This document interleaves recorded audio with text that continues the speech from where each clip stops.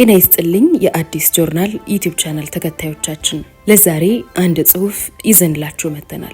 ላይክ፣ ሰብስክራይብ፣ ሼር በማድረግ ሐሳባችሁን ደግሞ ኮሜንት ላይ በማስፈር አብራችሁን ሁኑ።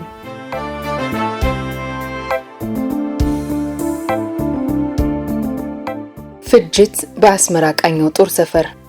የግንቦት 8 1981 መፈንቅለ መንግስት መጽሐፍ የተወሰደ።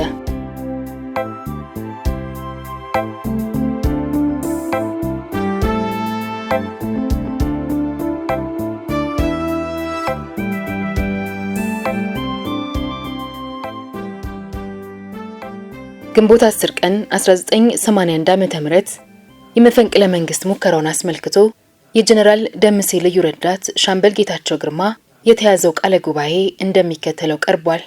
ጀነራል ደምሴ ግንቦት 10 ቀን 1981 ከቀኑ 7 ሰዓት ጀምሮ አስመራ ወይንም ቃኘው በሚገኘው ጽህፈት ቤታቸው የሁለተኛ አብዮታዊ ሰራዊት የፖሊስ የአየር ኃይል አዛዦችንና ወታደራዊ ባለስልጣናትን ያካተተ ስብሰባ አደረጉ።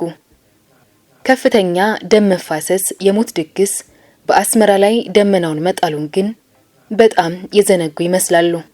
በአስመራ ቃኘው ጦር ሰፈር ተሰብሳቢዎች አንደኛ ሜጀር ጀነራል ደምሴ ቡልቶ የውሃሰ ዋና አዛዥ ሰብሳቢ፣ ሁለተኛ ብርጋዴር ጀነራል ወርቁ ቸርነት የውሃሰ የፖለቲካ መምሪያ ኃላፊ፣ ሶስተኛ ብርጋዴር ጀነራል ታደሰ ተሰማ የውሃሰ ዘመቻ መኮንን፣ አራተኛ ብርጋዴር ጀነራል እንግዳ ወልደ አምላክ የ606ኛ ኮር ዋና አዛዥ፣ አምስተኛ ሜጀር ጀነራል ሁሴን አህመድ በከረን ጦር ግንባር የሁለተኛ አብዮታዊ ሰራዊት ቀዳሚ መምሪያ አዛዥ፣ ስድስተኛ ብርጋዴር ጀነራል ሰለሞን ደሳለኝ የ102ኛ አየር ወለድ ክፍለ ጦር ዋና አዛዥ፣ ሰባተኛ ብርጋዴር ጀነራል ታዬ ባላኬር የኤርትራ አብዮታዊ ፖሊስ ዋና አዛዥ፣ ስምንተኛ ብርጋዴር ጀነራል ንጉሴ ዘርጋው በአየር ኃይል የሁለተኛ አየር ምድብ አዛዥ በአስመራ፣ ዘጠነኛ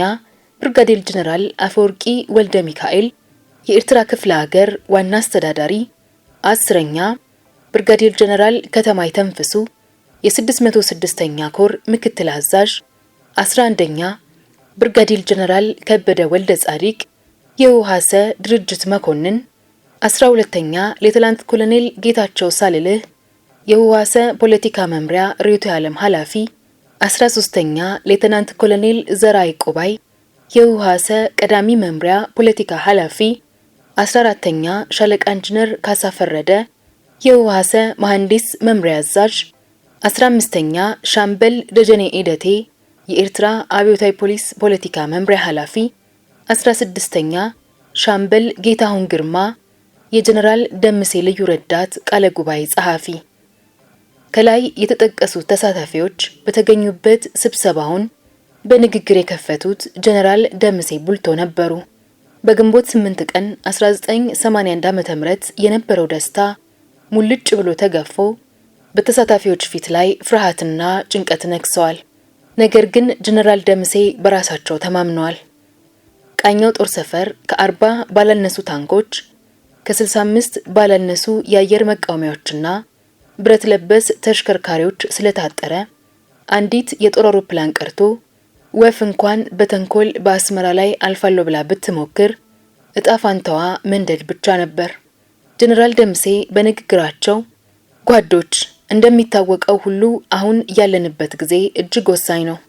በመሆኑም ቆርጠን ለተነሳንበት ዓላማ እስከ መጨረሻው ደም ጠብታ ድረስ ገፍተንበት ቅልብተኛውን ያጼ ቦካሳ ልዩ ጥበቃ ሰራዊት ድምጥማጡን ለማጥፋት ቆርጠን ተነስተናል አሉ።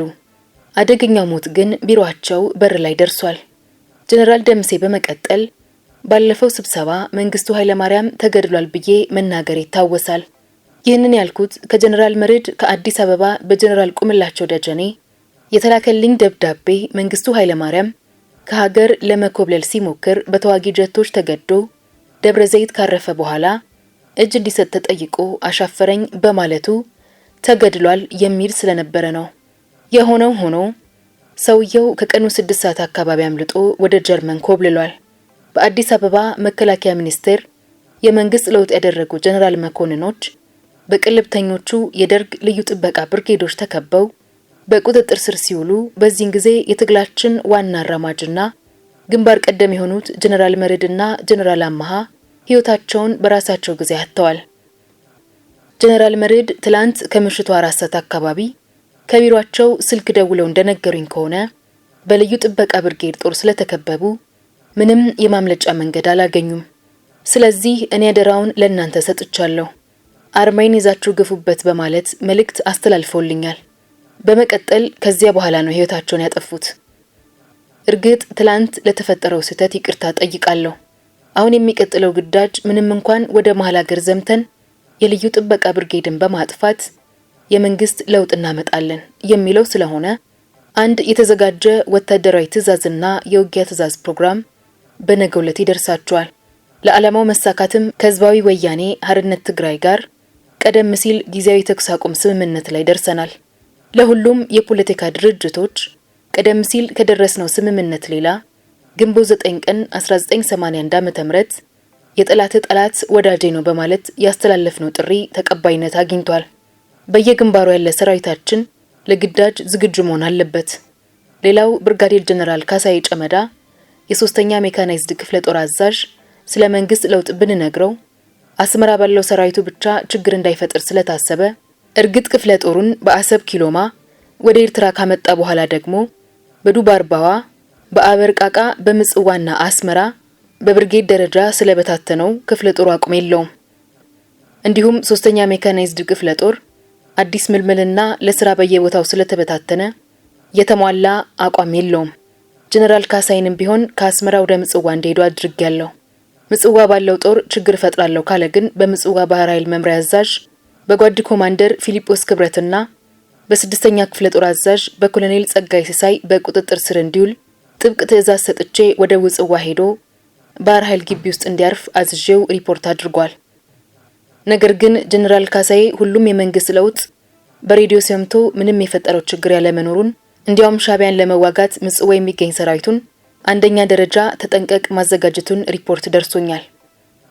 በግንቦት 8 ማታ 3 ሰዓት አካባቢ ጀነራል መርዕድ ስልክ ደውለው እንደነገሩኝ ከሆነ ጀነራል ተስፋዬ ገብረ ኪዳን ለዚህ ጉዳይ ከአስመራ አዲስ አበባ ድረስ መጥተው ነገር ግን በግንቦት 8 ከቀኑ 10 ሰዓት ሊደረግ የነበረው ስብሰባ ለነገ አድሮ በግንቦት 9 እንዲደረግ ብሎ ነግሮኝ ለምን ዛሬ አይሆንም ብዬ ስነግረው ለሁሉም አየር ወለድ ጦር ከአስመራ ስለሚመጣ እያንዳንዱ ጥበቃ ቦታ ተቆጣጥሮ ካደረ በኋላ ከጠዋቱ 3 ሰዓት ጀምሮ እንሰባሰባለን ብሎኛል።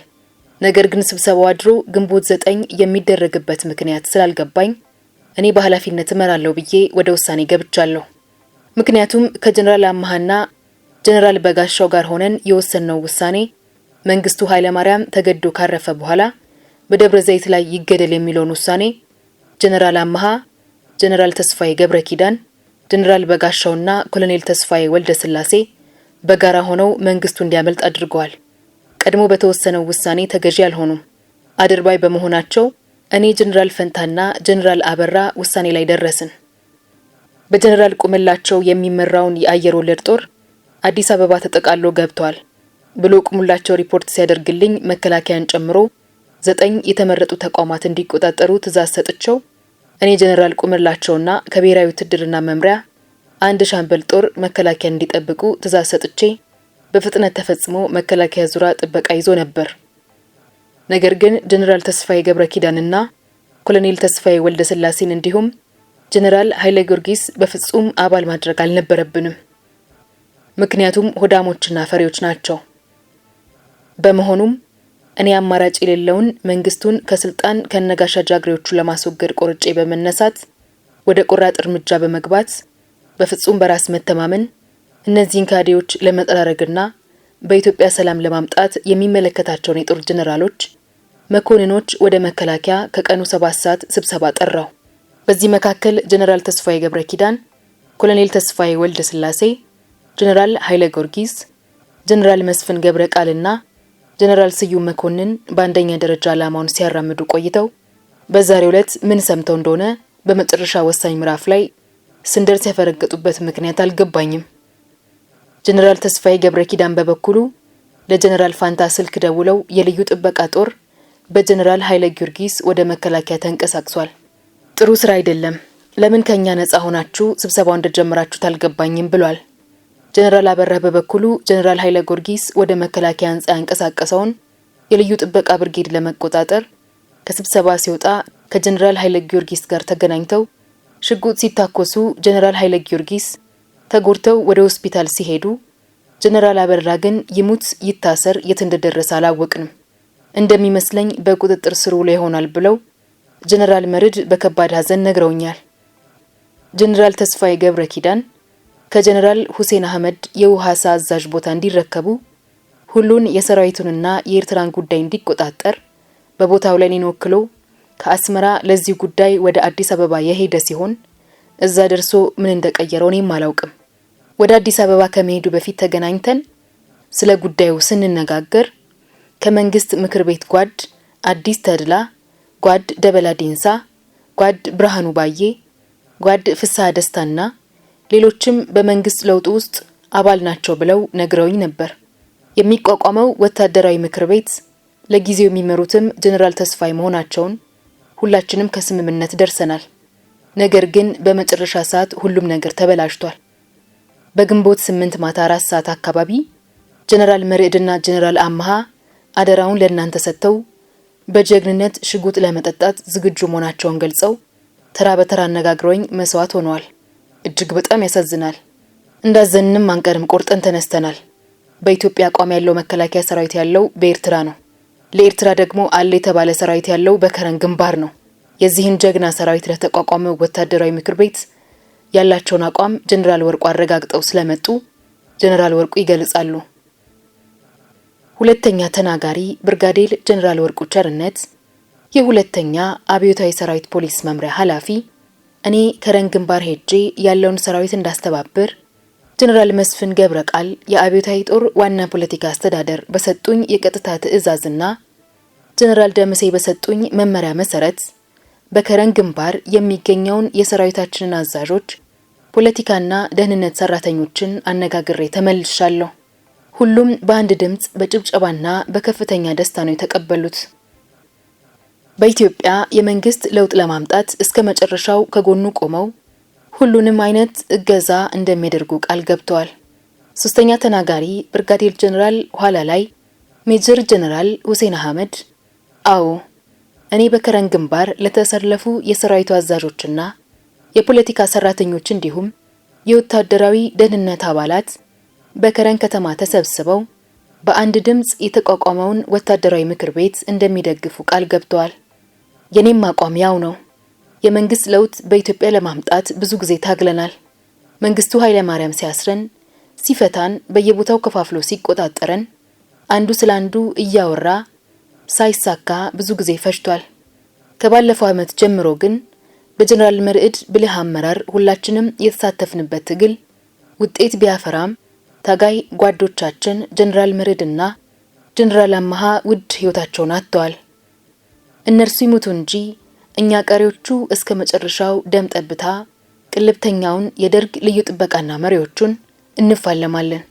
ጎበዝ፣ እስከ መቼ ድረስ ነው ፋሽስቱ መንግስቱ ኃይለ ማርያምና ጋሻ ጃግሬዎቹ የሚጫወቱብን? እስከ መቼ ነው የኢትዮጵያ ህዝብ የግፍ ቀንበር የሚሸከመው? በቃ ከእንግዲህ ወዲህ የሚመልሰን የለም። 3 ተዋጊ ክፍለ ጦሮችን ከኤርትራ ወደ አዲስ አበባ ማዝመትና ደርግን ድምጥማጡን ማጥፋት ነው። ከእንግዲህ ደርግና መንግስቱ ኃይለ ማርያም በተአምር በሰላም መኖር የለባቸውም። አራተኛ ተናጋሪ ሌተናንት ኮሎኔል ዘራይ ቆባይ፣ በኔ በኩል ጓድ ጀነራል ወርቁና ጓድ ጀነራል ሁሴን ያሉት ግልጽ ሲሆን የምጨምረው የለም። ግን ጊዜ ሳናጠፋ ሁሉም የሰራዊቱን አባላት ለዚህ ወርቃማ ዓላማ በቆራጥነት ማሰለፍ ተገቢ ነው ላለው። አምስተኛ ተናጋሪ ብርጋዴር ጀነራል አፈወርቂ ወልደ ሚካኤል የኤርትራ ዋና አስተዳዳሪ፣ ይህንን የመንግስት ለውጥ ለማድረግ እኔ ከጀነራል መርዕድ፣ ከጀነራል አበራ፣ ከጀነራል ተስፋዬ ገብረ ኪዳን ጋር ሆኜ አዲስ አበባ ቤላ በሚገኘው የጦር ኃይሎች ወታደራዊ አካዳሚ አዛዥ ሆኜ ከፍተኛ ስራን ሰርቻለሁ። ወደ አካዳሚው በ3 ዙር ስልጠና ከ120 በላይ ጀነራል መኮንኖችን ተቀብለን የአጭር ጊዜ ወታደራዊ ሳይንስ ስልጠና በሰጠንበት ወቅት ከ60 ያላነሱ ጀነራል መኮንኖች አባል አድርገን በጥንቃቄ መልምለን በቂ አመራር ሰጥተናል። ይህን ከፍተኛ ቃል ኪዳን ሲፈጽሙ እነ ጀነራል መርዕድ መስዋዕትነት ከፍለዋል። ከዚህ በኋላ ቀሪው ትግለኛ ብቻ ነው። እኔ ይህንን ስራ ለማመቻቸት ከጦር ኃይሎች አካዳሚ ወደ ኤርትራ ክፍለ ሀገር ዋና አስተዳዳሪ ሆኜ እንድሰራ የኛ አባል የነበሩት ጀነራል መርዕድና ኮሎኔል ተስፋዬ ወልደ ስላሴ ለመንግስቱ ኃይለማርያም አቅርበው ሹመት ተሰጠኝ። ወደ ኤርትራ ከመጣሁ ገና ትንሽ ጊዜ ነው። ኮሎኔል ተስፋዬ ወልደ ስላሴ ከጀነራል መርዕድና ከጀነራል አበራ ጋር ከፍተኛ ስራን የሰሩት። ኮሎኔል ተስፋዬ የመንግስት ለውጥ ለማምጣት በጣም ደክመዋል። ከኔ ከጀነራል ፈንታና መርዕድ ጋር ሆነው በሲቪል ባለስልጣናት በመከላከያ ውስጥ ከፍተኛ መዋቅር ዘርግተው ነበር። ነገር ግን በአሁኑ ሰዓት ኮሎኔል ተስፋዬ፣ ጀነራል ፋንታ፣ ጀነራል ቁምላቸው፣ ጀነራል መስፍን ገብረቃል፣ ጀነራል ውበቱ ጸጋዬ፣ ጀነራል ተስፋዬ ገብረ ኪዳን በኢትዮጵያ መንግስት ለውጥ ለማምጣት በከፍተኛ ጥንቃቄ የተመለመሉ የወታደራዊ ምክር ቤት ከፍተኛ አባላት የነበሩ ናቸው። በደርግ ልዩ ጥበቃ ጦር በአሁኑ ሰዓት እነዚህ ጀነራል መኮንኖችና ባለስልጣናት ይመቱ፣ ይታሰሩ፣ ምንም የምናውቀው ነገር የለም። ሌላው ጀነራል ኃይለ ጊዮርጊስ ኃይለ ማርያም የመንግስት ለውጥ ለማምጣት በኮሎኔል ተስፋዬ ወልደ ስላሴ ተደራጀ ነው። እንዴት በጀነራል አበራ ሊገደል ቻለ? እኔ ኤርትራ ዋና አስተዳዳሪነቴ ቀርቶ የአንድ ብርጌድ አዛዥ ሆኜ ቅልብተኛውን የደርግ ልዩ ጥበቃ አፋለማለሁ። ከአሁን ደቂቃ ጀምሮ የሚሰጠኝን ወታደራዊ ግዳጅ ለመወጣት ዝግጁ ነኝ። ስድስተኛ ተናጋሪ ብርጋዴር ጀነራል ታዬ ባላኬር ከአሁኑ ሰዓት ጀምሮ የኤርትራ ፖሊስ የፖሊስነት ተግባሩን አቁሞ ከጦር ሰራዊት ጋር ሆኖ ማንኛውንም ወታደራዊ ግዳጅ እንዲወጣ እኔም የአንድ ብርጌድ አዛዥ ሆኜ ወደ አዲስ አበባ ለመዝመት ቃል ገባለሁ። ሰባተኛ ተናጋሪ ብርጋዴር ጀነራል ታደሰ ተሰማ እኛ ከህዝባዊ ሓርነት ወያኔ ትግራይ ጋር ተገናኝተናል። በወያኔ በኩል ሌተናንት ኮሎኔል አሳምነው በዳኔ ቀደም ሲል በ1980 ዓ.ም በአክሱም ውጊያ ከተማረከ በኋላ በአሁኑ ሰዓት ከፍተኛ የወያኔ ባለስልጣን ሆኗል።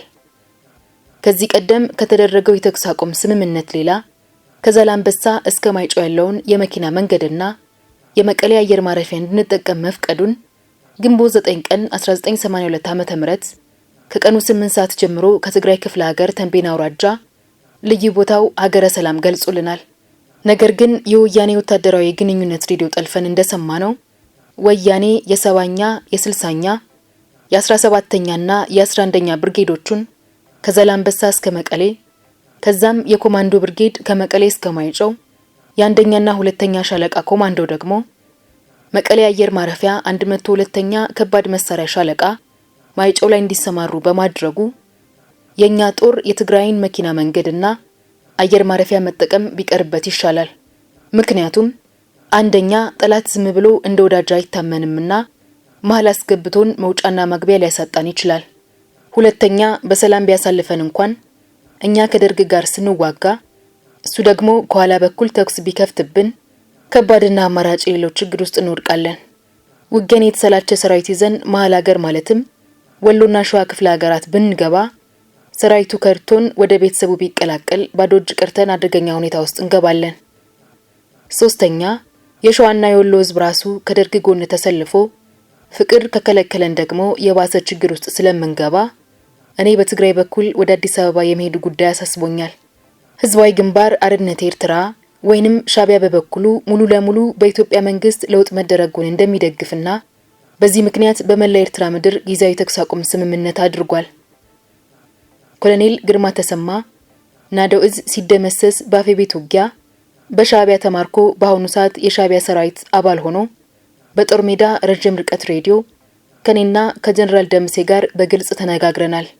በኢትዮጵያ የመንግስት ለውጥ እጅግ አስፈላጊ መሆኑንና ህዝባዊ ግንባር ሓርነት ኤርትራ ለ15 ቀን ተኩስ አቁሞ ለማንኛውም ጉዳይ እንደሚተባበር በኮሎኔል ግርማ በኩል ኢሳያስ አፈወርቂ አቋሙን በመግለጽ ሙሉ ድጋፍ ሰጥቶናል። ከኢሳያስ አፈወርቂ ሌላ ግንቦት 9 ቀን 1981 ዓ.ም ዝርዝር ማብራሪያ ሻዕቢያ ሰጥቶናል። ታጋይ ጴጥሮስ ሰለሞን የሻዕቢያ ከፍተኛ ባለስልጣን በጦር ሜዳ ሬዲዮ እንደነገረኝ ከሆነ ግልጽና ግልጽ ያልሆኑ ሐሳቦችን አንጸባርቆልኛል። ግልጽ ከሆኑ ጉዳዮች አንደኛ ከጎናችን ተሰልፎ የደርግን ፋሽስት እንደሚዋጋና አስፈላጊውን ድጋፍ ሁሉ እንደሚያደርግ ቃል ገብቷል። አስፈላጊ ከሆነም በ3 ቀን ልዩነት ወታደራዊ የትግል አንድነት የሚፈራረሙ ልዑክ በኤርትራ በተመረጠ ቦታ ላይ ለመገናኘት ዝግጁ መሆናቸውን ገልጿል። ሁለተኛ፣ ወደ አዲስ አበባ ለምታደርጉት ወታደራዊ ዘመቻ ከአስመራ እስከ ሁመራ፣ ከአስመራ እስከ አሰብ ያለውን መንገድ ለማንኛውም ወታደራዊ ዘመቻ ክፍትና አስተማማኝ ሰላም መኖሩን ህዝባዊ ግንባር ቃል ሲገባ በአክብሮት ነው። ግልጽ ያልሆኑ ጉዳዮች፣ አንደኛ፣ ኤርትራ ውስጥ ሰፍሮ የሚገኘው ሰራዊታችሁ በ15 ቀን ውስጥ ተጠቃሎ እንዲወጣና ጸረ ደርግ ትግል በኢትዮጵያ ምድር እንድታደርጉ ለምታደርጉትም ትግል ህዝባዊ ግንባር ከጎናችሁ ሆኖ ማንኛውን መስዋዕትነት ይከፍላል። ሁለተኛ፣ ለምታደርጉት ወታደራዊ ዘመቻ የአሰብ ወደብን በጊዜያዊነት በነጻ እንድትገለገሉበትና ዘላቂ ወደብ አገልግሎት ግን በሰላም ጊዜ በህግ ይወሰናል። ሶስተኛ፣ በአስመራ ጊዜያዊ ጽህፈት ቤት እንዲኖራችሁ ይደረጋል። ዝርዝር ጉዳይ በአካል ስንገናኝ ይወሰናል። አራተኛ፣ ኤርትራ ውስጥ ያለውን ሰራዊታችሁን ሙሉ ለሙሉ በሰላም ካላስወጣችሁ በስተቀር በተናጠል በግል ደረጃ የመሪዎች የፖለቲካ ጥገኝነት ጥያቄ የማይፈቀድ መሆኑን ህዝባዊ ግንባር ሓርነት ኤርትራ ማዕከላዊ ኮሚቴ ቤት ሽማግሌ ይገልጻል የሚል ያቋም መግለጫ በሻዕቢያ በኩል መልእክት የመጣ መሆኑንና በዛሬው ዕለት ደግሞ ህዝባዊ ግንባር ሓርነት ኤርትራ ከቀኑ 5 ሰዓት አካባቢ ቀደም ሲል የሐረር ጦር አካዳሚ ምሩቅ የነበረና ከዛም ኢደርግ አባል ሆኖ ደርግን ከድቶ ወደ ሻዕቢያ የተቀላቀለውን ሻምበል ነጋሽ ተስፋ ጽዮንን በአሁኑ ሰዓት ከፍተኛ የሻዕቢያ ባለስልጣናት በጦር ሜዳ ሬዲዮ ከኔ ጋር ተገናኝተን በግልጽ ተነጋግረናል። አንደኛ፣ በአስመራ የሚገኙትን የፖለቲካ እስረኞች በአስቸኳይ ተፈተው በነጻ እንዲለቀቁ። ሁለተኛ፣ ኤርትራ ውስጥ ያለውን ሰራዊታችሁን በተሰነይ በኩል ወደ ሱዳን ለመግባትና ሰራዊታችሁን በጸረ ደርግ በማደራጀት ወደ ኢትዮጵያ ዘምታችሁ ደርግን መደምሰስ የምትፈልጉ ከሆነ የሱዳን መንግስት እስከ ከሰላ አካባቢ ግዛቱን የፈቀደላችሁ መሆኑን ከተሰጣችሁ 2 አማራጮች በተጨማሪ ሌላ 3ኛ አማራጭ ካላችሁ በህዝባዊ ግንባር በኩል ከፍተኛ የወዳጅነት ትብብር ይደረግላችኋል ብለዋል። እኔ ከዚህ የሻዕቢያ አቋም የምረዳው አንደኛ፣ ዞሮ ዞሮ ኤርትራን በሰላማዊ መንገድ ለቃችሁ ውጡ መባሉን ነው። ሁለተኛ፣ ሌላው ቀርቶ አሰብን በጊዜያዊነት ተጠቀማላችሁ ማለቱ ኤርትራ ነጻ ስትወጣ ወደቡን ትከራያላችሁ ማለቱ ነው። ሶስተኛ፣ ወታደሮቻችሁን አጠቃላችሁ በተሰነይ በኩል ወደ ከሰላ ሱዳን አጓጉዙ ማለት ያው ኤርትራን ልቀቁ ማለት ነው። ሱዳን ከሰላ ከሄድን ደግሞ ሁሉም ነገር በሱዳን መንግስት እንጂ በሻዕቢያ የሚሆን ነገር የለም። ከዚህ የወያኔና የሻዕቢያ አቋም የምረዳው አንደኛ፣ ወያኔ ውሎ ሳያድር በአጭር ጊዜ ግንኙነት በኋላ ፈንግጦ ከኛ ጋር እንደሚዋጋ ጥርጥር የለውም። ሁለተኛ፣ ሻዕቢያ ደግሞ ኤርትራን በነጻ ከለቀቅንለት በብዙ መልኩ ሊተባበረን ይችላል። ጓዶች፣ ሻዕቢያም ወያኔም ልክ እንደኛ ሰራዊት ጦርነት ተሰላችተዋል። ሁሉም ሰላም ፈላጊ ናቸው። በአሁኑ ጊዜ ከደርግ በስተቀር ሰላም የማይፈልግ የለም። ጀነራል ደምሴ፣ እንግዲህ ሁሉም ነገር በግልጽ ሰምታችሁታል። እኔም በትግራይ በኩል የሚደረገው ዘመቻ በወያኔ ላይ አመኔታን አጥቻለሁ። ለምን ያለውን ሰራዊት ወደ ትግራይ መኪና መንገድና አየር ማረፊያ አሰባስበው ዛላምበሳን ከፍተው ለምን ቀጥሉ አይልም? ምናልባት መቀሌን መልሰን የምንይዝ መስሎት ይሆናል። ብቻ በትግራይ በኩል የሚደረግ ዘመቻ ቀርቶ ነገ በጠዋቱ ሁላችሁም እዚህ ስብሰባ ቦታ እንድትገኙ ምጽዋ ያሉትን የባህር ኃይል አዛዦችና ጀነራል ካሳይ ጨመዳን ወደ አስመራ ገብተው እንዲያድሩ አሁኑኑ ሄሊኮፕተር ይላክላቸው። ሁላችሁም በነገው ስብሰባ ጥሩ መፍትሄ ይዛችሁ እንድትመጡ። ለሁሉም አንድ ደረጃ ማዕረግ ከነሙሉ ጥቅሙ ይፈቀዳል። ጦር ሰራዊት፣ ፖሊስና ባህር ኃይል ሁሉም አንድ ደረጃ ወታደራዊ ማዕረግ ከታች ጀምሮ እስከ ጀነራል መኮንኖች ይፈቀዳል። ከድል በኋላም ሹመቱ ይቀጥላል። በዚሁ ጥያቄ ሳናበዛ ለተግባራዊ እንቅስቃሴው ቁርጠን እንነሳ። አንዴ ቁርጠን የገባንበት ዓላማ ነውና በምንም ሁኔታ ወደ ኋላ አንልም። እስከ መጨረሻው ደም ጠብታ እንገፋበታለን። ሁሉም ነገር በዚህ የአንድ ሳምንት ጊዜ ውስጥ ይለወጣል። ከኢትዮጵያ ሰራዊት 75% የሚሆነው የሚገኘው በኤርትራ ምድር ነው። ያለምንም አጋዥ ለ3 ወርና ከዚያም በላይ ለሚሆን ጊዜ የሚያዋጋን ስንቅና ለደሞዝ የሚከፈለውን ጨምሮ በቂ ገንዘብ እጃችን ላይ አለ። ይህም ሆኖ ነዳጅና ቅባትን፣ ስንቅና ገንዘብን በከፍተኛ ደረጃ መቆጠብ አለብን። በየመጋዘኑ የሚገኘው የእርዳታ ማሰባሰቢያ ስንዴና ስኳር እንዲሁም አስመራ በባንክ ያለው ገንዘብ በእኛ ቁጥጥር ስር ሆኖ ነው የሚከናወነው። በሉ አሁን ጊዜ ሳታጠፉ ወደ መጣችሁበት ተመልሳችሁ ሰራዊቱ በአንደኛ ደረጃ ተጠንቀቅ እንዲቆይና ወደ ተፈለገው ቦታ ለመነቃነቅ ዝግጅት ይደረግ። አሁን ያለን ግዳጅ ከዚህ ቀደም እንደነበረው ከወያኔና ሻቢያ ጋር ሳይሆን አዲስ አበባ ካለው ከቅልብተኛው የቤተ መንግስት ሰራዊት ጋር ነው ካሉ በኋላ ስብሰባው በዚህ አበቃ። ልክ ለ9 ሰዓት ሩብ ጉዳይ ላይ ጀነራሎቹ በቃኘው ስብሰባ ላይ ያሉ በውጪ በኩል ሁለት ችግሮች ተከሰቱ። ከላይ እንደተጠቀሰው ሁሉ ብርጋዴር ጀነራል ገብረመድህን መድህኔ የ609ኛ ኮር አዛዥ ከአስመራ 55 ኪሎ ሜትር ርቀት ላይ በሚገኘው መንደፈራ ሰራያ አውራጃ ያለውን ጦር በሙሉ ከጸረ መፈንቅለ መንግስት ኃይሎች ጎን እንዲቆምና ከነዚህ ጀነራሎች ይልቅ ጓድ ኮሎኔል መንግስቱ ኃይለማርያም ይሻላል፣ ልብ ያለው ወደ መንደፈራ ብቅ ይበል በማለት ከጀነራል ደምሴ እዝ አፈንግጧል። ከአስመራ አድጓደድ ከተባለ ቦታ ሻምበል ሲሳይ ገብረ ማርያም የ102ኛ አየር ወለድ ክፍለ ጦር ፖለቲካ ኃላፊ ደግሞ ሴራውን ለማክሸፍ በቀጥታ በረጅም ርቀት የጦር ሜዳ ሬዲዮ ከፕሬዝዳንት መንግስቱ ኃይለማርያም ጋር ተገናኝተው በእርሱ ኃላፊነት እስከ ጀነራል ደምሴ ቡልቶ እንዲደመሰሱ የውጊያ ትዕዛዝ ተቀብሎ በሺ የሚቆጠሩ የ102ኛ አየር ወለድ ክፍለ ጦር የሰራዊት አባላትን ወደ ቃኘው ጦር ሰፈር አንቀሳቅሷል። በጣም በሚገርም ሁኔታ በአጭር ጊዜ ውስጥ የ102ኛ አየር ወለድና በአስመራ ከተማ ለጥበቃ ተሰማርቶ የነበረው የብርጋዴር ጀነራል ካሳይ ጨመዳ ሰራዊት ማለትም የ3ኛ ሜካናይዝድ ክፍለ ጦር አንድ ብርጌድ ጦር አባላት በነ ጀነራል ደምሴ ላይ ለመዝመት ቆርጠው ተነሱ። ለዛሬ አበቃን።